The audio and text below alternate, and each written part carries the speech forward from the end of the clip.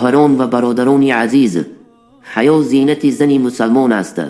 زنی که حیا دارد همچون گوهر در صدف است، ارزشمند، محفوظ و مورد احترام.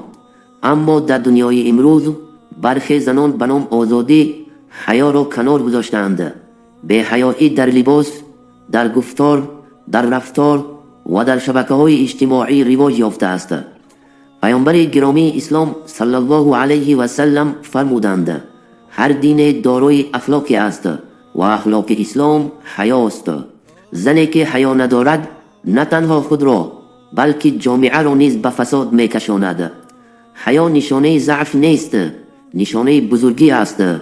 بیایید دخترانمان را با حیا تربیت کنیم، حیا را زنده کنیم تا دلهایمان، خانواده هایمان و جامعه امان پاک بماند. چرا ما بر گناه اصرار داریم؟ نمیدانم چرا. استغفرالله، خدایا رهنمایی کن تو ما را. چه ها کردیم چه ها، استغفرالله، چه ها کردیم چه ها، استغفرالله. شدیم آغشته با فرهنگ غربی و سنت را رها، استغفرالله.